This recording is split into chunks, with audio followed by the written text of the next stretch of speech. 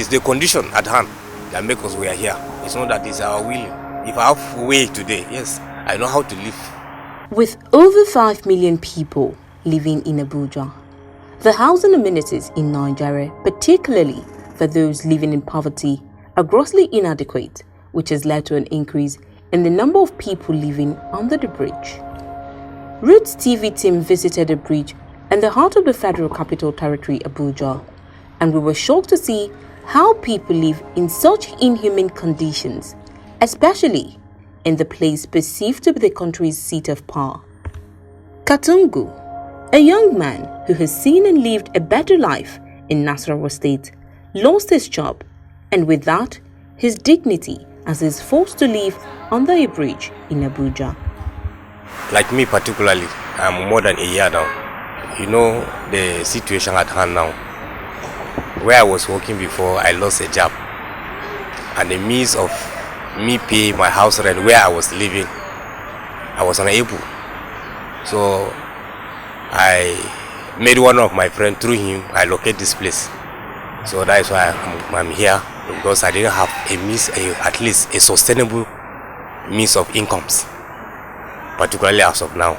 Yeah, at times we go out, friends do help, and we see maybe one thing or the other.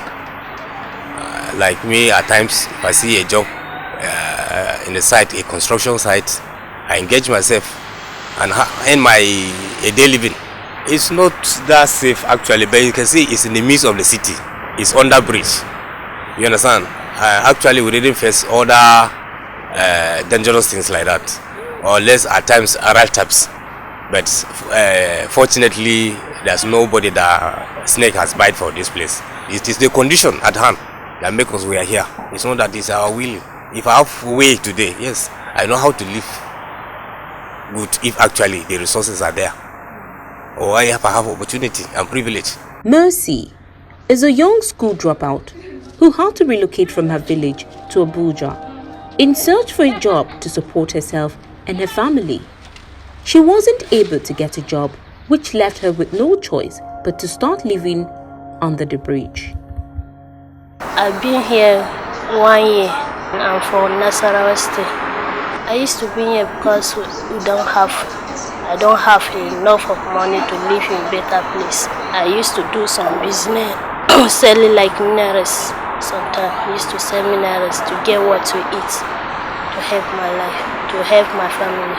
I have family, they are village. We have some problem like Qatar, yes.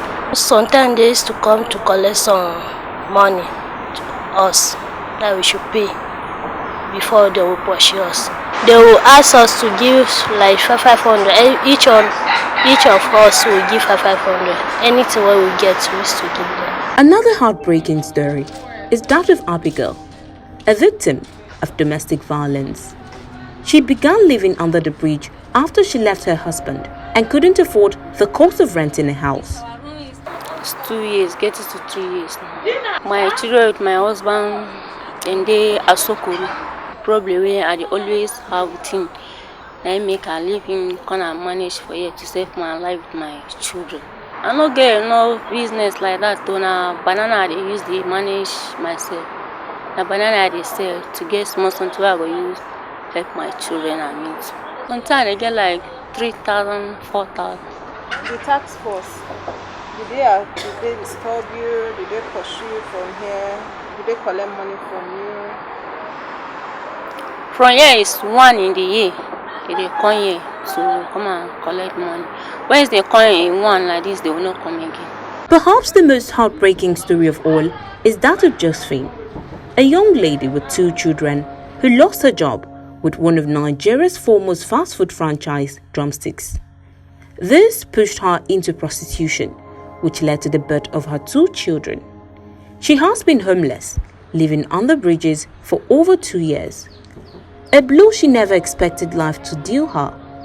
She has been under this particular bridge for 2 months, malnourished together with her 2 infants, all desperate for some goodwill and help. I came here like 2 months because I was pregnant when I came here. So when I deliver, I have to go somewhere for like 1 month so that my baby will be strong small before I came back to under bridge. I was working before in Drumstix. So that time I felt the money was not enough for me. Actually, it was not enough because the salary wasn't okay. It was 25,000, but since I finished for 2 years, I finished work. I resigned by myself working with them. That time I have not have any issue. So I did not collect up to 20,000, and that time I was staying in a car. My transport is 16,000. After the whole thing, when they have a shortage at the office, when they do their stock counting, everything they are doing there, maybe they will pay 15,000, and my transport is 14,000. So I don't have anything. I'm just working for working sake. Then I quit the job. I went into the streets to hustle as a hustler, a runs girl.